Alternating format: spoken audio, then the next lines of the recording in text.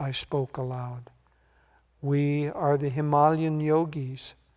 The celestial response is difficult to describe. My heart was thrilled. I longed to go to the Himalayas and become like you. The vision vanished, but the silvery beams expanded in ever-widening circles to infinity. What is this wondrous glow? I am Ishvara. I am light. The voice was as murmuring clouds. I want to be one with thee. Out of the slow dwindling of my divine ecstasy, I salvaged a permanent legacy of inspiration to seek God. Wise are we if we meditate on that experience of Yogananda's and salvage from it even a breath of his inspiration. For quite simply, there is nothing else. As the Bhagavad Gita says in the 7th chapter, I make and unmake this universe. Apart from me, nothing exists. O Arjuna, all things like the beads of a necklace are strung together on the thread of my consciousness and are sustained by me. Thus, through Holy Scripture, God has spoken to mankind. Om,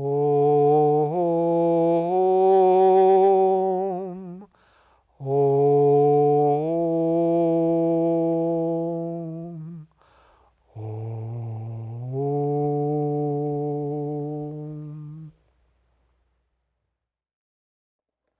Good morning, everyone. And I too want to welcome you to our Sunday service and to wish each of you a very blessed year. And my prayer for all of us who are a part of the great Ananda family worldwide is that this year there can be an ever-deepening awakening in God, an ever-deepening awareness of Master's presence in our lives, moment by moment. I want to also thank you who have been joining us online for these months of the pandemic, the lockdown and isolation. And perhaps, and I think it's not beyond the realm of possibility, that during this year we'll be able to gather in person once more in our temples, our centers throughout the world. And if you are not near a physical center, then please know you are always, always welcome to join us online. And we're so happy to be able to be with you in this way. So I'd like to start. Usually we read from Whispers from Eternity, but there's a poem that is always so dear to my heart, especially at the beginning of the year. This is from Master's Songs of the Soul. And it's called The Garden of the New Year. The echoes of last year, its sorrow and laughter have died away. The song voice of the new year, encouraging, hope imparting, is chanting, refashion life ideally. Abandon the weeds from the forsaken garden of the past. Garner only seeds of joys and achievements, hopes, good actions and thoughts, all noble desires. Sow in the fresh soil of each new day these valiant seeds.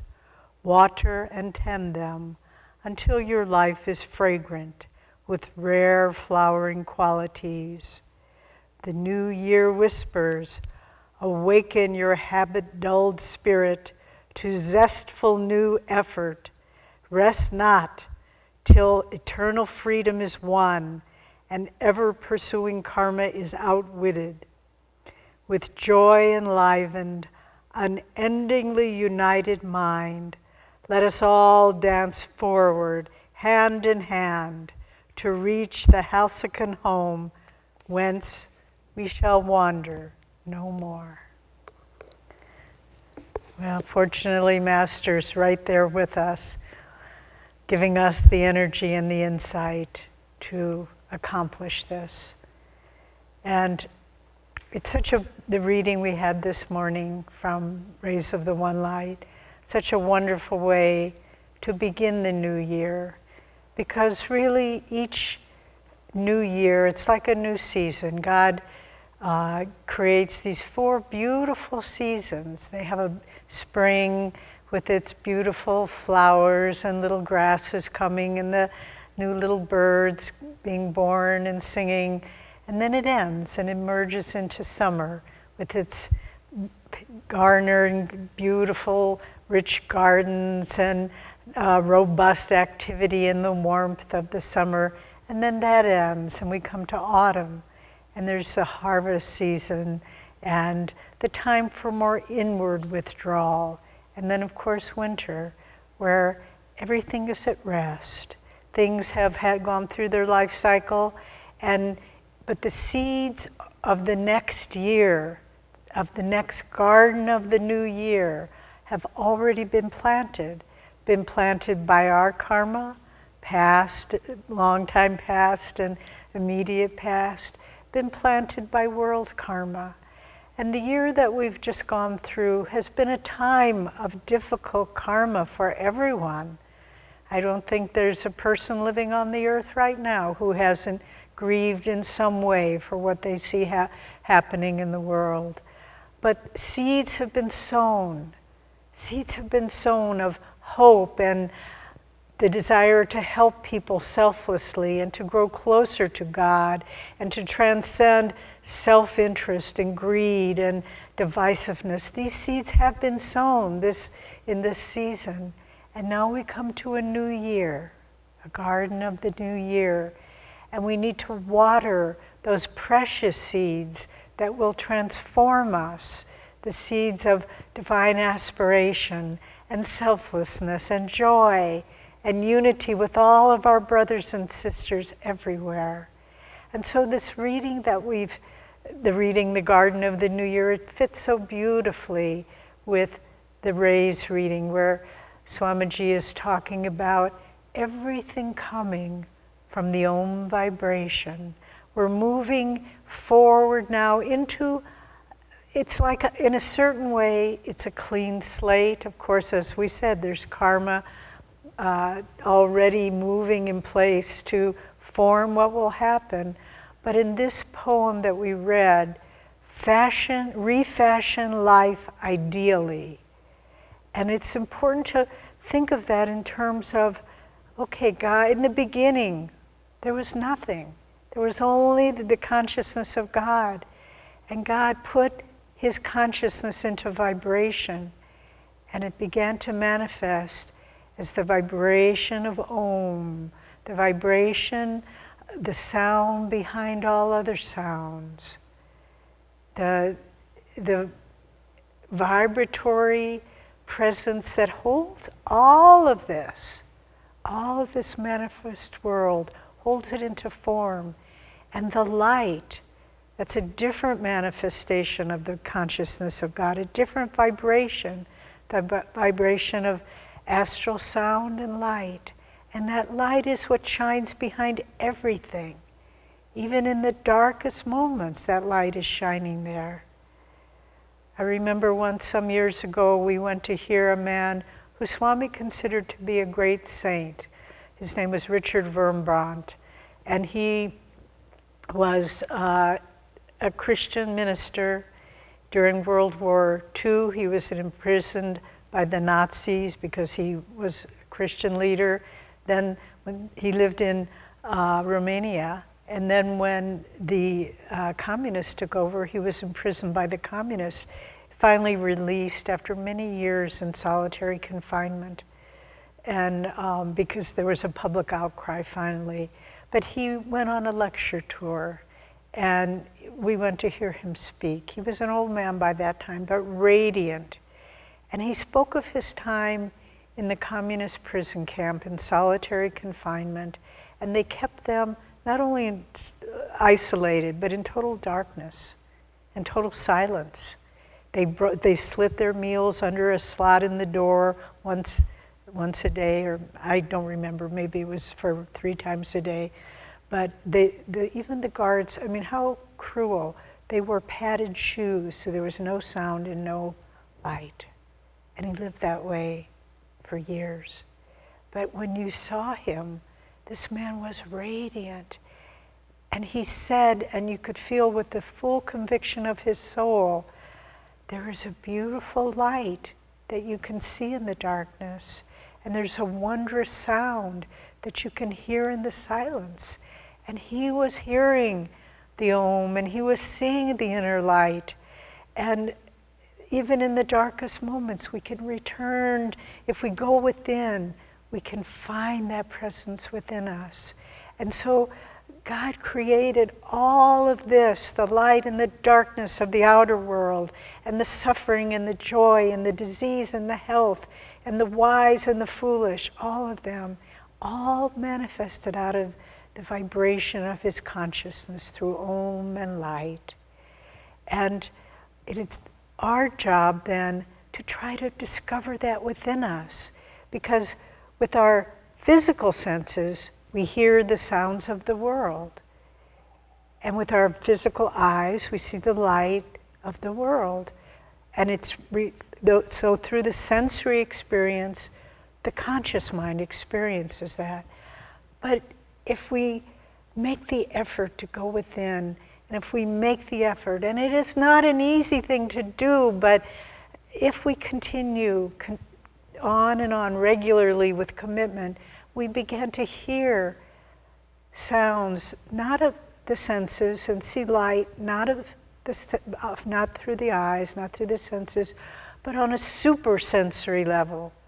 We hear that vibration, not with the ears, but with our being. And we see the light, not with our eyes, but with our consciousness. So we move from a sensory experience of the conscious mind to a super sensory experience of the super conscious mind. And that's when we begin to realize that we can refashion life ideally. Because there is another world that we begin to discover that isn't bound by the limitations of this world. And I remember in the movie, probably most of you have seen it, maybe some of you haven't, it's one of the great classics, The Wizard of Oz. And when Dorothy and her little dog Toto and the Tin Woodman and the Scarecrow and the Cowardly Lion, finally they come and they're going to meet the great and powerful Oz. And there's this projection of this kind of cerebral head there, and this is the great and powerful Oz.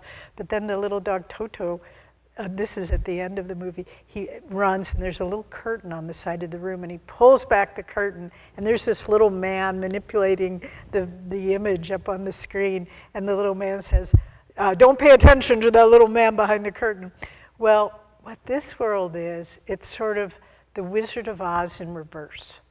Because we see this world and it seems so grand and imposing and we feel so helpless before it. But then if we pull back the curtain, what do we see? Not a little man, but we see what's creating it all. We see the light, we hear the sound, and we know that that's the reality, not this world. This world tries to, with everything it's got, convince us that it's real and we need to pay homage to it. But the only way we break that hypnotism is to go within and to experience within ourselves. No, there's another world. There's a world of freedom, of light, of expansive awareness through Om. And the great masters, they play with the realities, the seeming realities of this world all the time. And they're not limited by it. You know, there's the wonderful story that's recreated in the movie The Answer, in which Oliver Black, who was one of Master's most advanced disciples, he lived in Michigan and started to work there, Song of the Morning Ranch. And Oliver Black, Mr. Black, came to Mount Washington, to Los Angeles to see Master. And usually Master, when visitors would come, close disciples, he would take them on a ride in his car along the beautiful California coast. And Mr. Black, Yogacharya Black, was sort of expecting this, but when the day came when they were going to go, it was pouring rain. And one of the young monks came knocking on Mr. Black's door and said, the Master wants to invite you to go out for a ride in his car. And Mr. Black thought, how is this possible? It's pouring rain. It won't be much fun.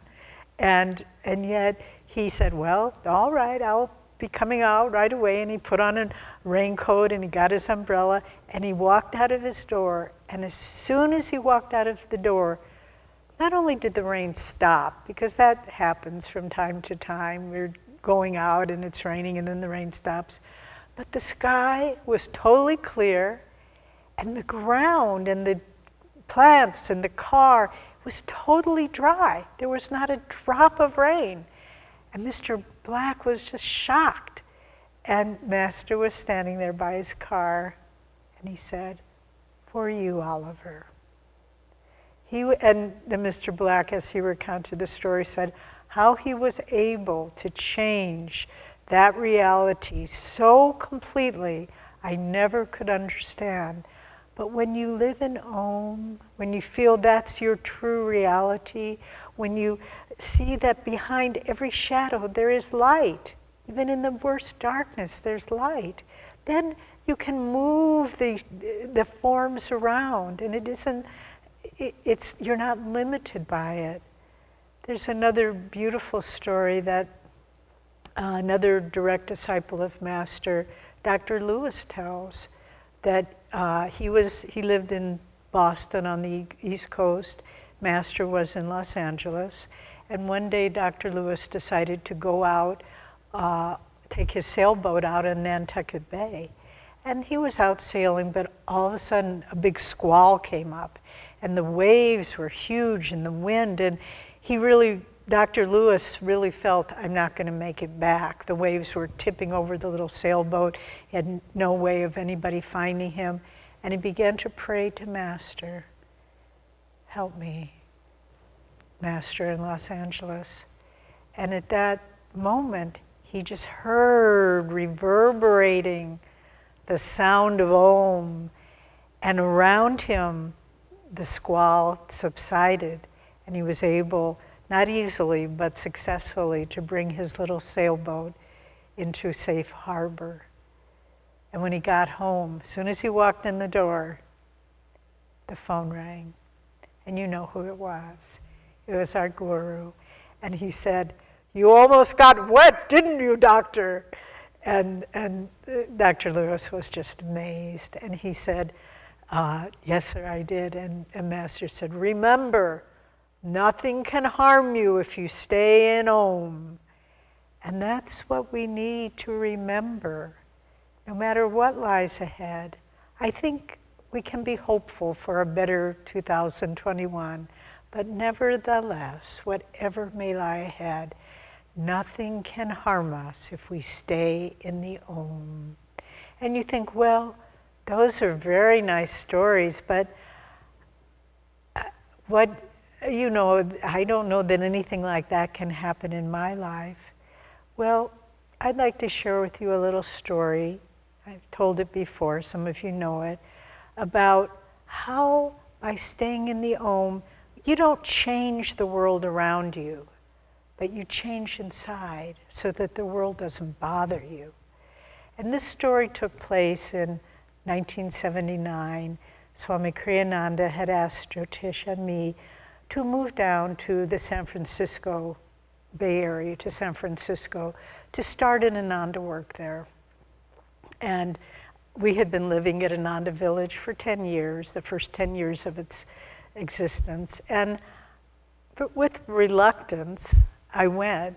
We agreed to go. Of course, we said yes to Swami, but inwardly, I didn't want to live in a city. I was unfamiliar with San Francisco. I didn't feel comfortable driving in big city traffic, but Swami asked us, so of course we said yes. And that first summer, Swami stayed with us, and he would lecture. He gave big talks, and then weekly satsangs at different churches, and a good group of people began coming, good, sincere people. And a solid work was being established. We found a very nice ashram house. We moved into it, and everything was on stable footing. And then Swami said, well, it's time for me to go back, to leave you, and you all are in charge. And it was a little bit scary, but we thought, well, we'll do the best we can. And then it was the last night before he left. And he said, let's celebrate. He was such a celebratory spirit. And he said, let's go out for a nice dinner. We went out for a nice, I believe it was Italian meal. And then he said, I'd like to go see a movie, and let's see what's available. And so we looked in the paper, and this was the time when you looked in the paper, and there was an art house, movie house, that showed classic movies, and they were showing one of Swami's favorites, Pride and Prejudice, with Laurence Olivier and Gerard Garson.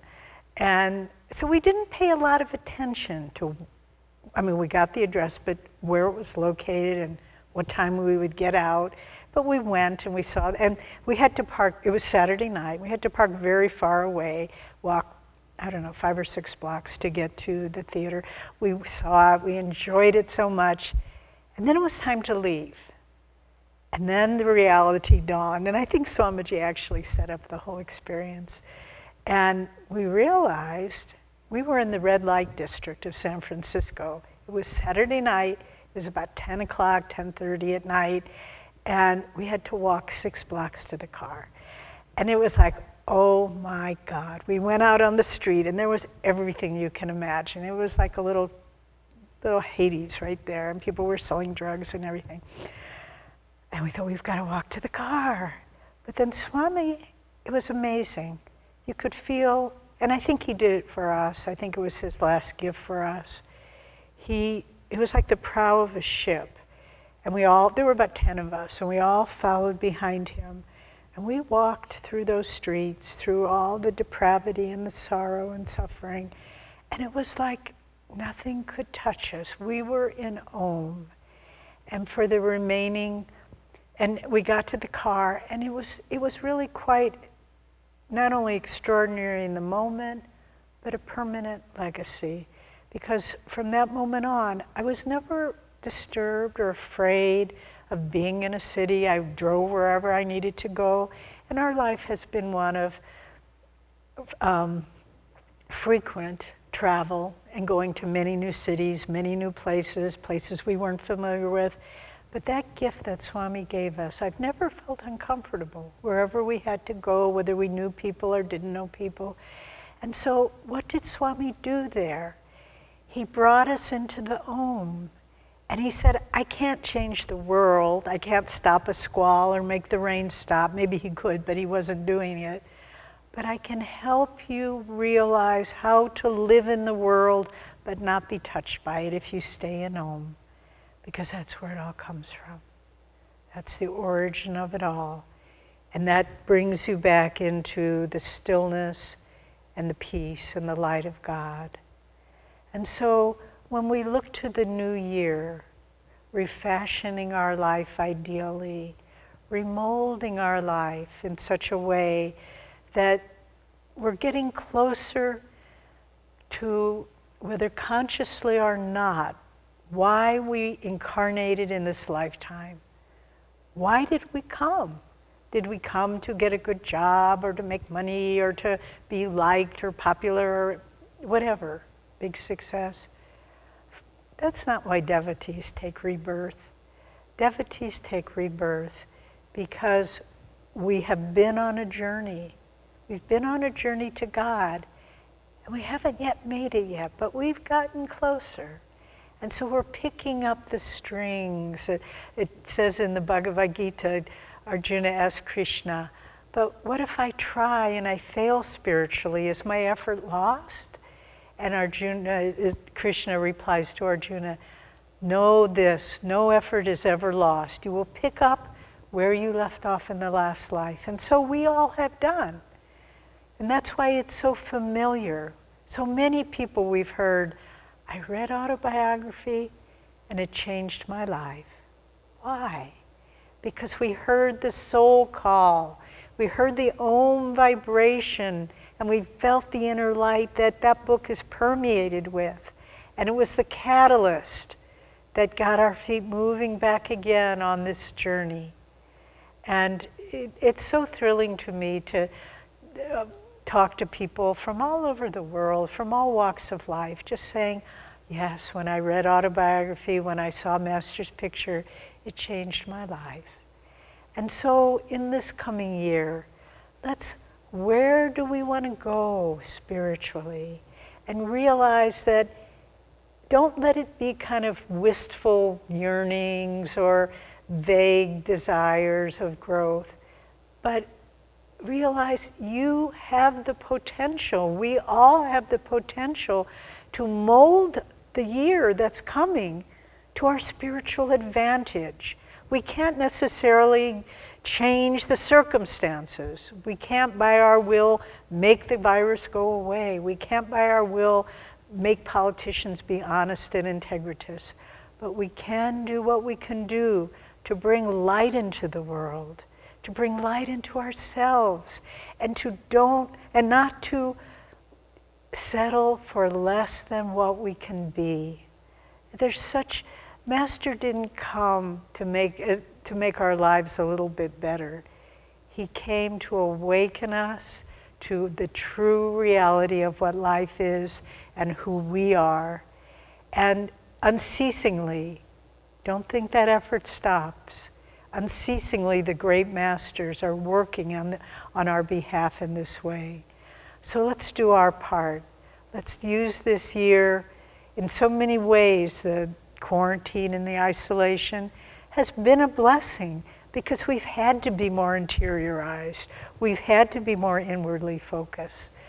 Let's use that to our advantage and to make the effort to go deeper in meditation, to try more earnestly to feel the Om vibration vibrating within us, and to see the light within us, and then to see that light also in everything around us, in the least little drop of rain on a leaf, on the petals of a little flower emerging from the mud, in the eyes of people who have conquered lower nature, to see that light shining everywhere, and to live in that light, and to live in the Om, and to refashion our life in 2021, ideally, so that we can offer it at the feet of our Guru and say, this has been a year of great spiritual growth. God bless you.